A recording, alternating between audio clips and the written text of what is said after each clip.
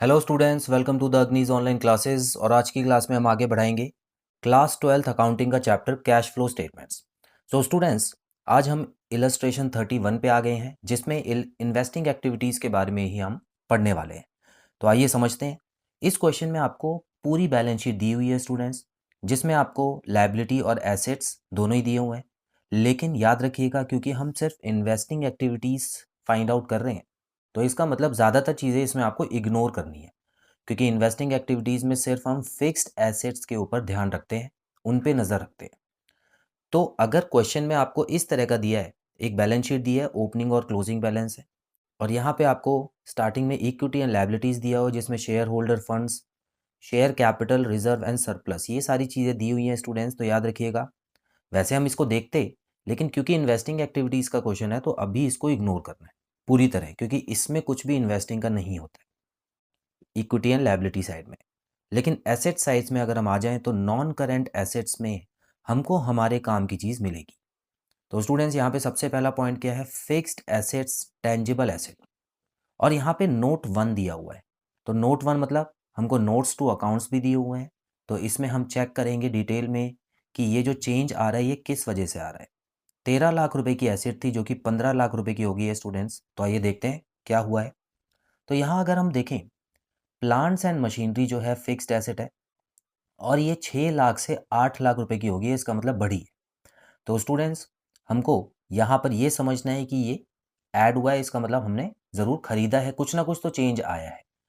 और उसके अलावा यहाँ पे लैंड एंड बिल्डिंग भी दी हुई है, लेकिन उसकी जो वैल्यू है वो सेम है, 7 लाख से 7 लाख है। तो इसमें तो कोई बदलाव आया नहीं, तो ये हमको लिखने की ज़रूरत नहीं है स्टूडेंट्स। और देखते हैं, ये नीचे आ जाता है। अब वापस यहाँ पे आएंगे, नॉन करेंट इन्वेस्टमेंट, इसको इग्नोर मत करना है स्टूडेंट्स, ठीक है? ये भी तो एक तरह की फिक्स्ड एसेट ही है। नॉन करेंट इन्वेस्टमेंट, कई सालों के लिए हमने इन्वेस्ट किया हुआ है, और ये वाला अमाउंट जो है वो 50,000 से बढ़ा है, तो इसका मतलब हमने इसको इन्वेस्टमेंट को खरीदा होगा। तो ये वाला अमाउंट भी आपको लेस करना है स्टूडेंट्स, याद रखिएगा, ठीक है? तो जल्दी से यहाँ पर देखिए, ये तो हम ऐड करेंगे, लेकिन ये तभी ऐड करेंगे अगर इसके रिलेटेड कोई एडजस्टमेंट नहीं दी हो। लेकिन मैं जैसे कि देख पा रहा हूँ, यहाँ पे लिखा हुआ है एडिशनल इन्फो में, during the year the company sold machinery at book value for 2 lakh. तो एक मशीनरी बेची भी गई है, तो इसका मतलब स्टूडेंट्स, इसका तो अकाउंट बनेगा, तो इसको अभी हम सीधा सीधा प्लस माइनस नहीं करते, ठीक है? अच्छा, आगे बढ़ते हैं। करंट एसेट्स, क्या करंट एसेट्स का कुछ आता है? नहीं आता है, लेकिन फिर भी पढ़ लेते हैं। ट्रेड रिसीवेबल नोट नंबर 2 है, और नोट नंबर 2 में आपको सन्ड्री डेटर दिया हुआ है, बिल्स रिसीवेबल दिया हुआ है। देखिए, ये किसी भी काम का नहीं है, क्योंकि इन्वेस्टमेंट में ये नहीं आता है, ये करंट की चीज़ें हैं, और करंट वाली सारी चीज़ें आपको पता ही है, ऑपरेटिंग एक्टिविटीज़ में जाती हैं। क्लियर है? तो स्टूडेंट्स, यहाँ पे सिर्फ और सिर्फ काम की चीज़ ये दोनों है, और ये वाला जो कॉलम है वो है, ठीक है? तो इसी पे हम फोकस करके हम आगे बढ़ेंगे। और यहाँ पर सबसे पहले हम अकाउंट में लिख लेते हैं, प्लांट एंड मशीनरी का अकाउंट है। अब यहाँ पर सबसे पहले जो बैलेंस होता है वो डेबिट साइड में होता है, तो यहाँ पे मैं लिख लेता हूँ टू बैलेंस BD।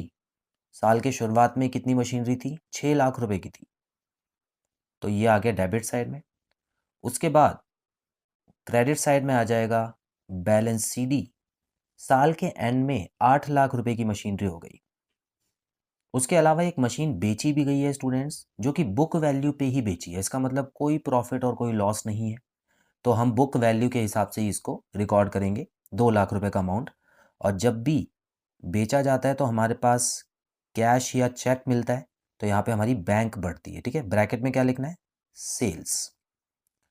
तो स्टूडेंट्स, यहाँ पे 2 लाख रुपए की मशीन बेची है, तो इसका मतलब 2 लाख रुपए हमारे पास आ गया है। इसके अलावा और कुछ नहीं करना है आपको। गेन और लॉस होता, तो स्टूडेंट्स यहाँ पर हम गेन का अमाउंट लिख के फिर यहाँ पर भी गेन मेंशन करते हैं, और लॉस होता तो यहाँ पर लॉस आता, ठीक है? लेकिन अभी फ़िलहाल कुछ नहीं है, तो हम इसको ऐसे ही आगे बढ़ाएंगे और इसका टोटल कर देते हैं। तो इसका टोटल करने के लिए स्टूडेंट्स, यहाँ पर मैं अकाउंट क्लोज करता हूँ, और जो भी बड़ी वाली साइड है उसको मैं टोटल कर लेता हूँ। तो यहाँ पे 2 लाख प्लस 8 लाख, इसका मतलब 10 लाख रुपए तो यहाँ पे आ गए, और यहाँ पर भी 10 लाख रुपए लिखने पड़ेंगे। और जो बैलेंस अमाउंट होगा, बैलेंसिंग फिगर, वो क्या होगा स्टूडेंट्स? हमेशा की तरह परचेजेस ही होगा, जिसके लिए मुझे क्या लिखना होगा? टू बैंक अकाउंट, यहाँ पे ब्रैकेट मत लगाइएगा, यहाँ पे लिखना परचेजेस, ठीक है, कितने का? 4 लाख रुपए की मशीन खरीदी है, तब जाके ये अकाउंट जो है बराबर आया है।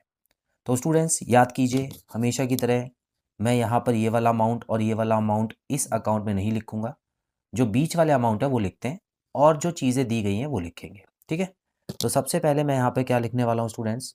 Cash flow